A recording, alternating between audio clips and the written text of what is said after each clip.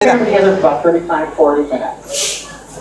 I don't know if you realize it or not, but wildlife is endangered, and here at Sandy Vs. Global, we are leading the fight against extinction.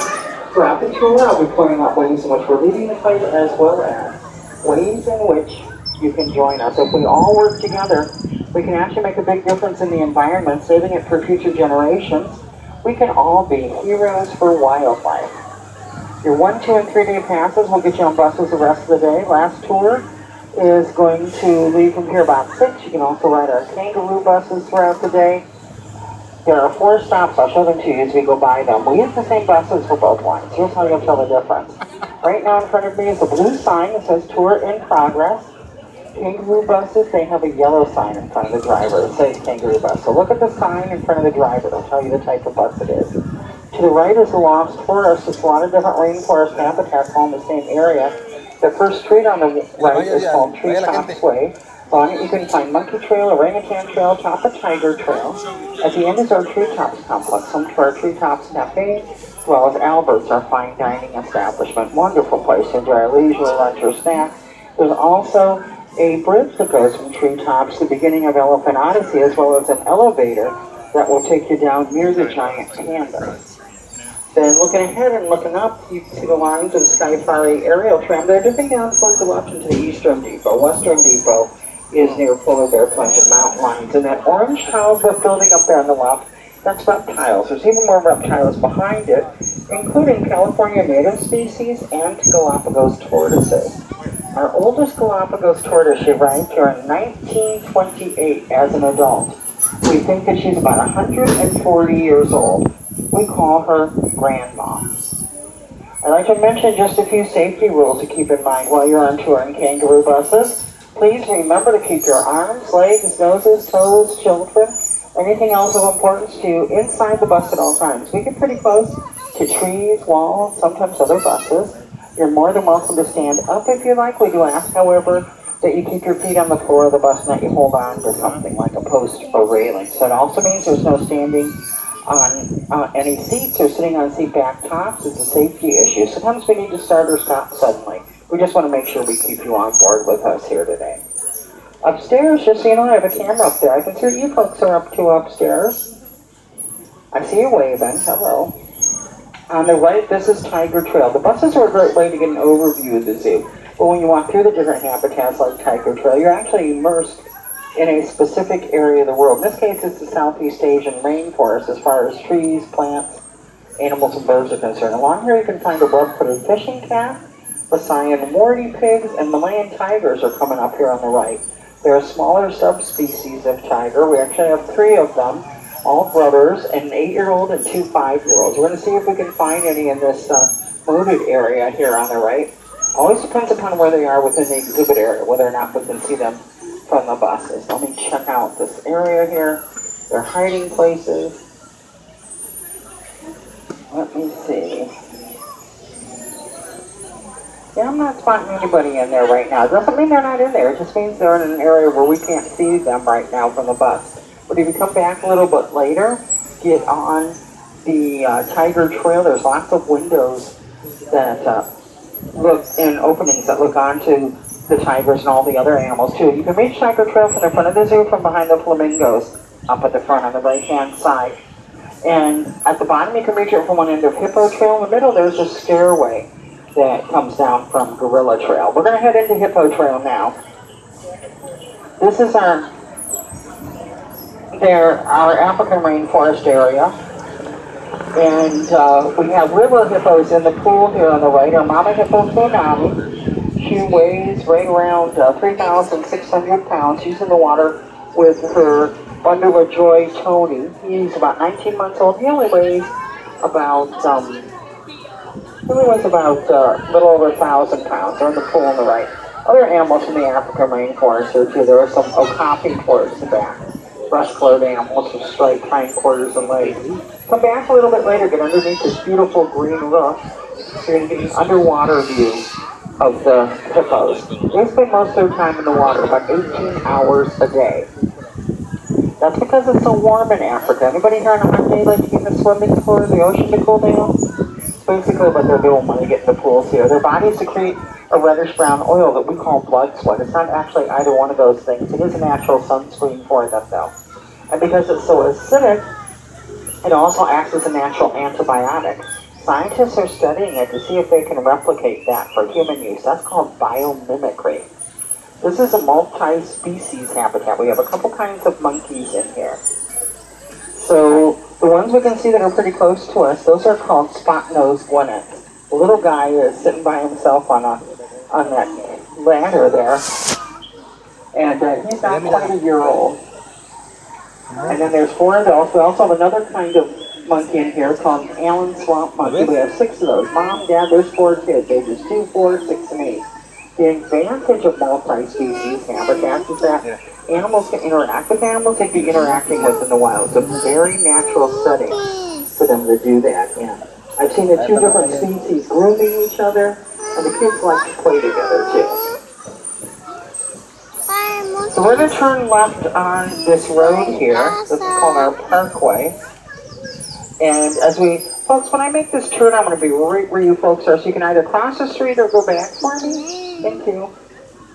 And as you make the turn off to the right behind that number 15, we have larger wildcats from Asia, both snow leopards and Amur leopards. It's one, yeah, there you go. Thank you so much. Past that is our panda trek, animals in the Sichuan province in China. Past that, giant pandas. At the end of the road behind us is the bottom part of Africa Rocks. It's where we have our African penguins at. Here on the left is our African marsh lion. A lot of birds from Africa in here. In the middle of the island there, you can see a pair of African white pelicans. In around the nest, those dark birds, the golden throats, those are cormorants. And to the back right, there's some white-faced whistling duck and common shell ducks. There's also African comb ducks in here. We get a lot of local birds that hang out with us here too. The white bird at the end of the pool, that is an egret. We get gray birds about the same size that are herons and lots of different kinds of ducks.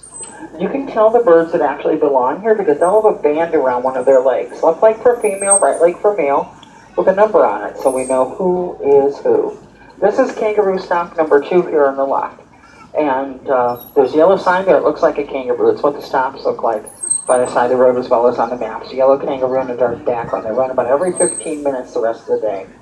Here on the right, another sign I'd like to show you. It kind of looks like a big red lollipop with the number 16 on it. It's a wayfaring sign. You can see where a lot of things are located at. But if you get lost here today, find one of these signs, then open up your map, find a similar red circle on your map with the same number as the one you're by. You'll be able to figure out where on the map you are. On the left behind the picnic area, one of our many gardens. That one's a fruit garden. We're growing apricots, avocados, grapes, other fruits in there too. We grow right around 60% of the fresh fruit, vegetables, and browse we feed our animals. Browse are things like tree branches, leaves, and shoots. Things like acacia and bamboo. Here on the left, we have our, we had some western tufted deer from parts of Myanmar and China.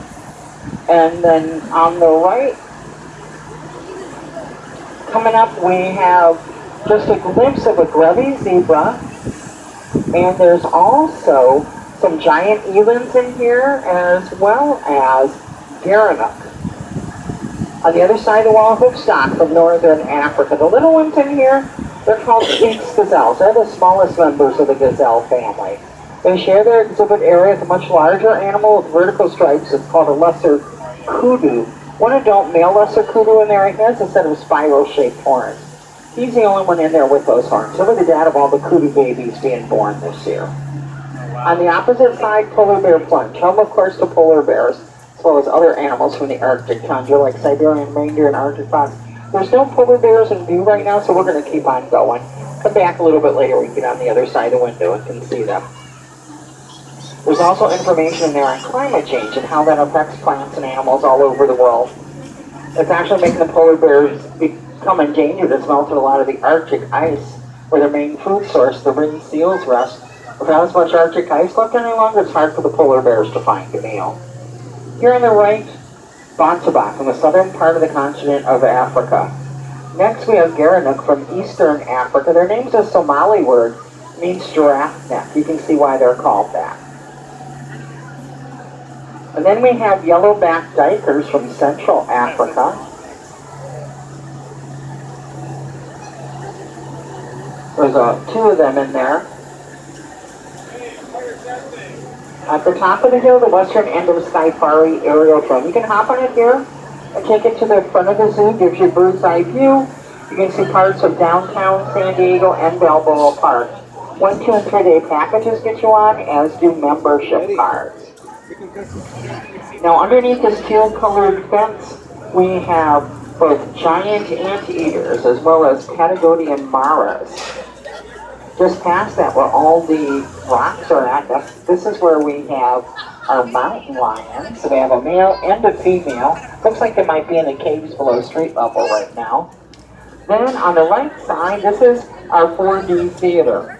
We're showing about a 12-minute version of Smallfoot in here. So 4D theater, you go in, sit down, put on your 3D glasses.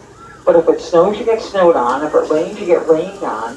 When there's little animals wandering around the screen, you can feel them down by your feet. It's pretty fun. Do it sometime in your lifetime.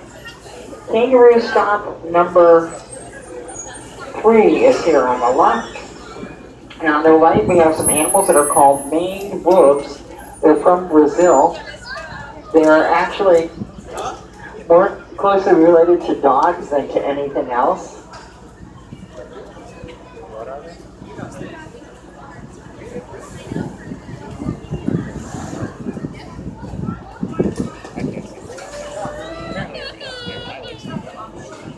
And they usually hang out in the middle of the enclosure.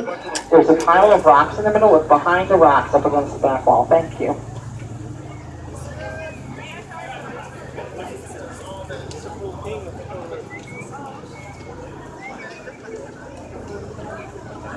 Coming up ahead of us is the beginning of Elephant Odyssey. As we go past here, you can look in there and see the bridge that goes to treetops. This is the quickest way to get to gorillas from this part of the zoo. Go across that bridge through treetops on the other side and veer to the right. That's where the gorillas are at. Now we're going into Elephant Odyssey. And this tells a story of animals that live in Southern California through the end of the Pleistocene epoch. And a lot of the animals from that time frame are now extinct, like the Colombian mammoth and the American lion. We have life-size replicas of those animals in here, as well as some of their relatives from all over the world. First animal I'd like to show you are our rock. They're about the size of rabbits. These are called rock hyrax. Anybody here know what a hyrax is related to? Would anybody like to guess?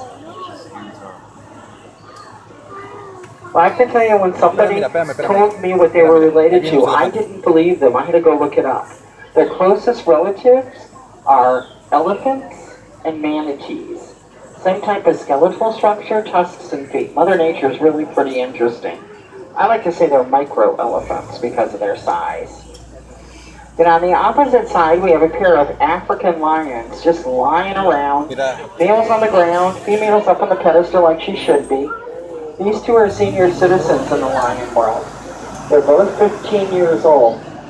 Lions in the wild, they tend to live to be between 10 and 50. But wildlife organizations like ours usually have pretty good health plans for animals. And because of that, lots of times animals will live longer in a place like ours.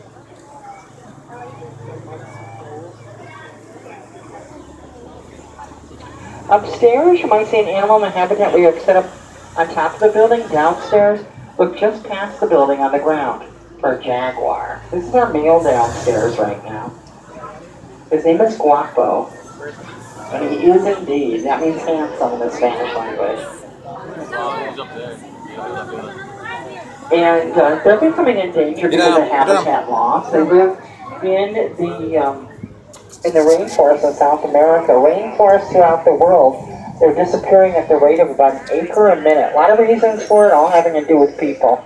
We take down trees. Sometimes we take them down for the lumber, and if you don't replace the trees, if you do that, eventually all the trees are gone. Sometimes we take them down to build coffee or palm oil plantations. Those products can actually be grown in the shade of the rainforest. Just takes a little bit longer. If we all work together, use our dollars to speak for us, use things like shade-grown coffee, certified sustainable lumber, sustainable palm oil, we can make a big difference out there. We can all be heroes for wildlife. Now, we're we're going to see a single llama in this area. He's a blonde guy with brown freckles. He's kind of to the left. But some of his cousins are in here too. They're called guanacos. Basically the wild version of a llama. Llamas are domesticated, guanacos are not. Y ahí viene los elefantes, mira. Adiós, llama, mira, una blanca. Elefantes, los elefantes. Aquí van todos los elefantes, mira. Aquí es donde van todos. Behind them, you can see some of our elephant yards. There's currently no elephants in here because there's people in there cleaning up after the elephants and stocking it with food for the elephants. You know, we're working zoo here. We need to get in and clean up after our animals. I'm sure most of you folks would not want to visit for very long if we didn't do that. Next, we have our Elephant Care Center. Every day here at the zoo, we count all of our animals. We have about 3,700 of them.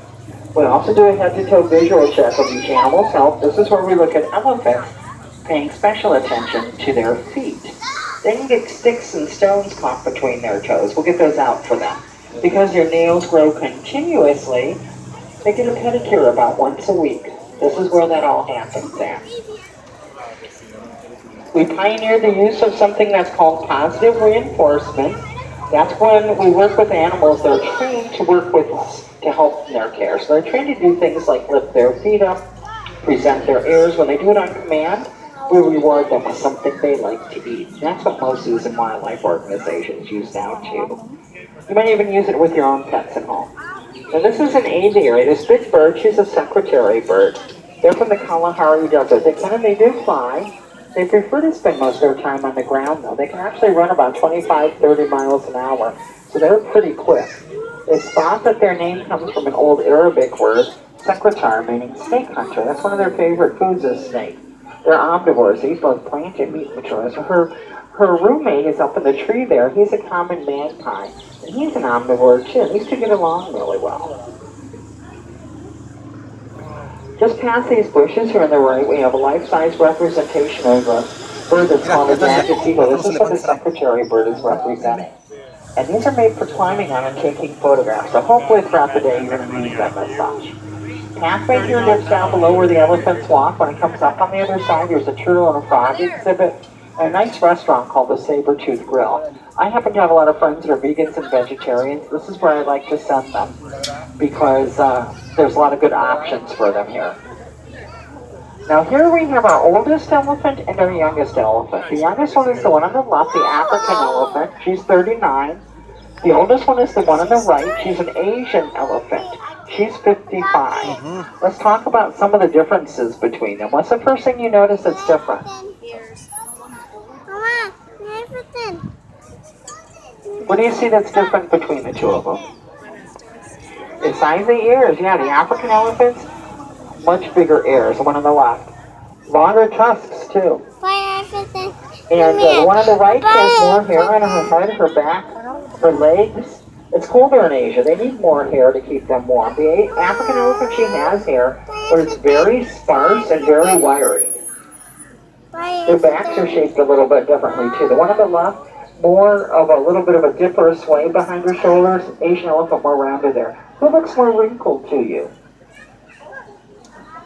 The one on the left, the African elephant. It's warmer in Africa. African elephants have very thick skin as a better insulator against the heat, but then they look more wrinkled too. So quite a few differences between them.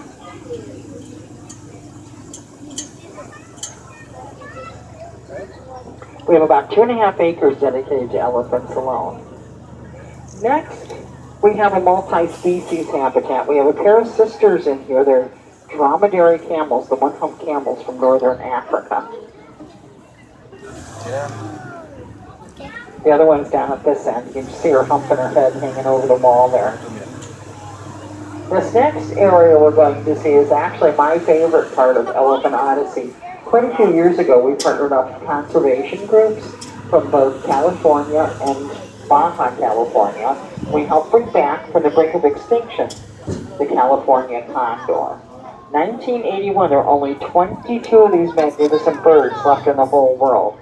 So the program went out and gathered them all up. It actually took us 5 years to find and capture all the birds and gather all their eggs. We took them to the 2 breeding facilities at the time, the zoo in Los Angeles and at our own safari park. That's when work really began. U.S. Department of Fish and Wildlife counts them every month, but they only release the numbers at the end of calendar years. They haven't released the 2018 numbers yet for some reason, but at the end of 2017, a little over a year ago, we were up to over 460 of these birds. That's up from just 22, so that's pretty good. And we have released about 215 back into the wild. We found 290 out there at the end of last year. So they're having babies out there by themselves. That's exactly what we want to happen with our breeding programs. So we end Elephant Odyssey with one of our success stories, as well as Kangaroo Stop number 4. No. There's a big tree that's coming up on the right. This is a big ficus tree, and underneath it we have more of those rock hyrax, those micro elephants. Just past that is where our mob of meerkats is at. We have 11 of them in here, all related. The color. Oh, a meerkat tiger. Wait. No. They're from the Kalahari Desert, just like that big bird we saw. Hello, black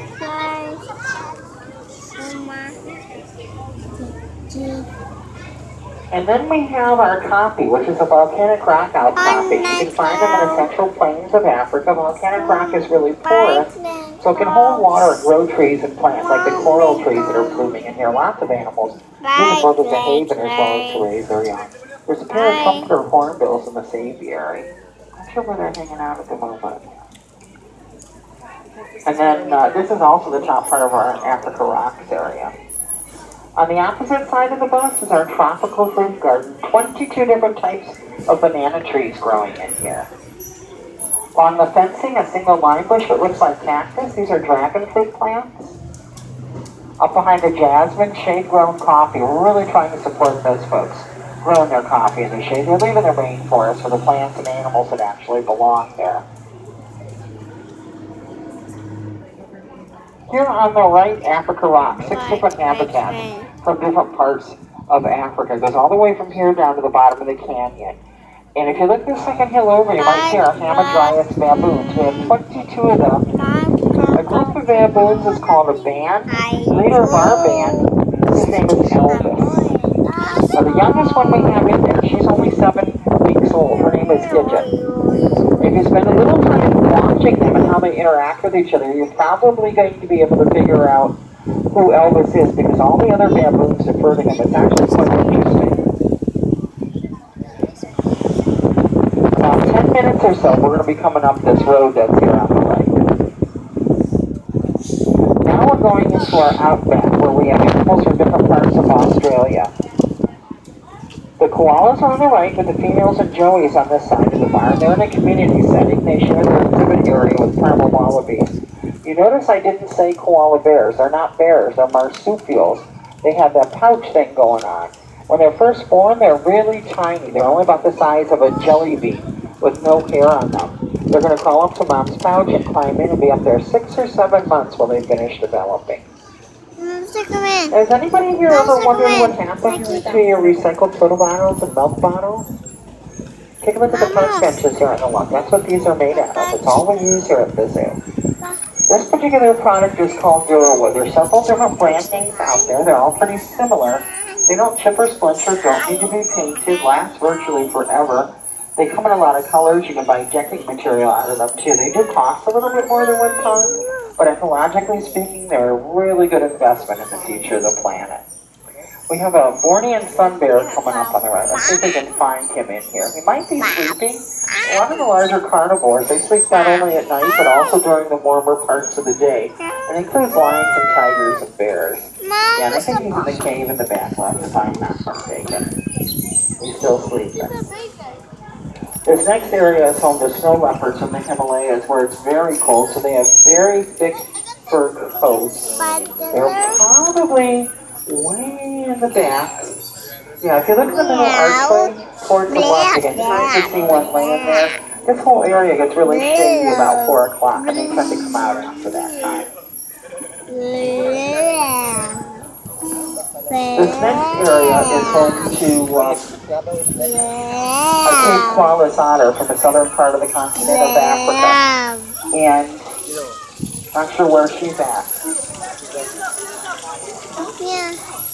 You listen. I can't pass you, Kayak style. so I can't back up. I'm not allowed to. So there's a ramp down there that you can use. There's a big thing here. You don't want to go this way because it goes down really far. I can't get closer to that wall. I hit the wall. Dalam, ayah, ayah. If you go down about 50 feet, there's a ramp.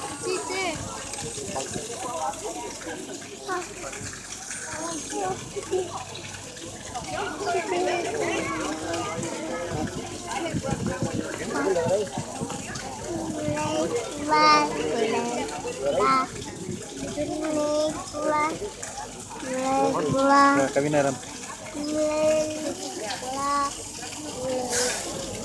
Okay, here we go.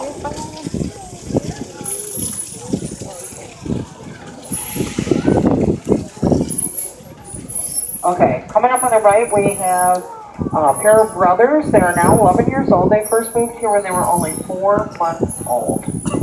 They're grizzly bears. It's been a lot of fun watching them. Di dalam, lusuk.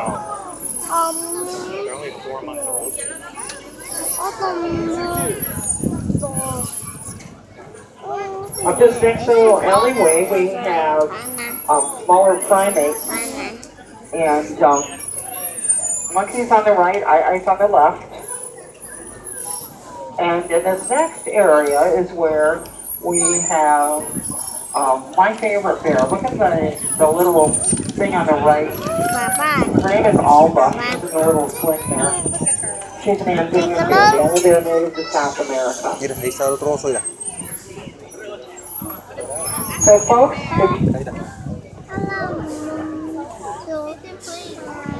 if you walk right next to my bus, I'm not allowed to move the bus.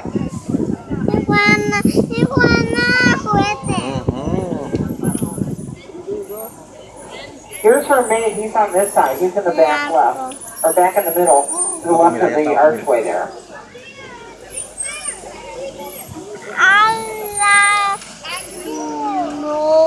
We're actually hoping for the pitter-patter little bear paws at some point in the future. Coming up on the left, the lower part of Fern Canyon. The upper part is just to the right of the flamingos up at the front of the zoo. This is the first rainforest habitat we put into the zoo about 80 years ago. Some of the original plants are in there. Our horticulture department here is absolutely fabulous. They can grow trees and plants in this part of the world that shouldn't be able to be grown here. This is a desert area. I don't know if you realize it or not, but everything that's in San Diego that you see as green is imported here. Now we're going into our Asian Passage. Off to the right, we have some monkeys called Francois langurs. And I'm trying to see if I can see any back here. I'm not sure where they're hanging out at. They're dark in color, long tail. On the opposite side of the bus is our Owens Rainforest Aviary. It's a walk-through aviary. It has about 200 birds in it. And then back to the right, we have a pair of red-cheeked gibbons. I can see the male. If you look up high, a little bit towards the left, middle, you see him hanging out there about 6 feet from the top? Yeah, that's the male. His sister looks just like him, but she's tan in color.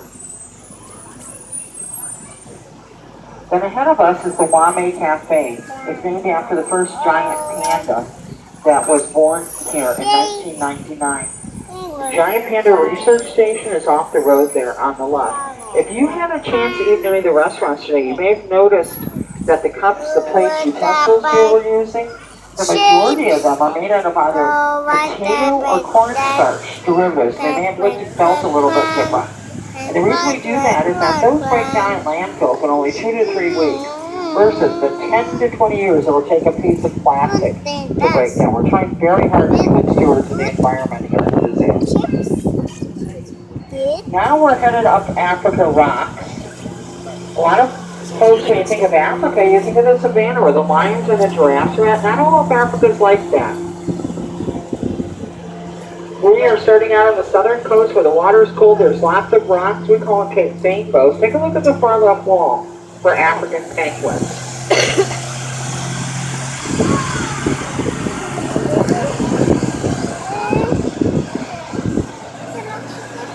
They could also be in the water along with leopard sharks and 4 kinds of fish. Then ahead of us is the tallest man-made waterfall in Southern California, at about Mira, aquí están las 65 feet, the jirafas. Raging Las jirafas, Falls. pa. Well, underneath it behind it makes for great photographs.